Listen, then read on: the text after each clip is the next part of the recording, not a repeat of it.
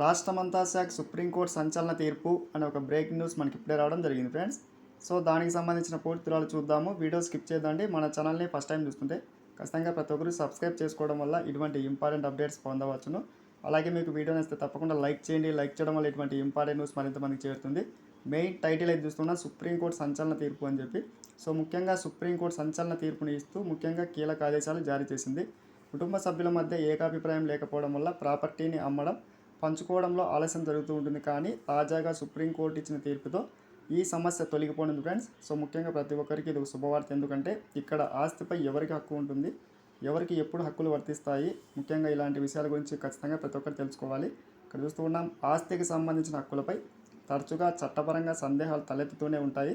ముఖ్యంగా తాత లేదా తల్లిదండ్రుల ఆస్తికి సంబంధించి ఎవరు వారసులు, ముఖ్యంగా ఎవరికి వర్తిస్తాయన్న దానిపై మనకి స్పష్టత అయితే వచ్చింది. ఇక్కడ చూస్తూ ఉన్నాం, తల్లిదండ్రుల ఆస్తిలో కుమారుడితో పాటు కుమార్తెకు కూడా సమాన హక్కు ఉంటుందంటూ మనకి సంచలన తీర్పు అయితే వచ్చింది. సో ముఖ్యంగా ఇప్పటి నుంచి ఇది వర్తించనుంది. ఇక్కడ చూస్తూ ఉన్నాం, సుప్రీంకోర్టు తీర్పుపై అందరూ హర్షం అయితే వ్యక్తం చేస్తూ ఉన్నారు.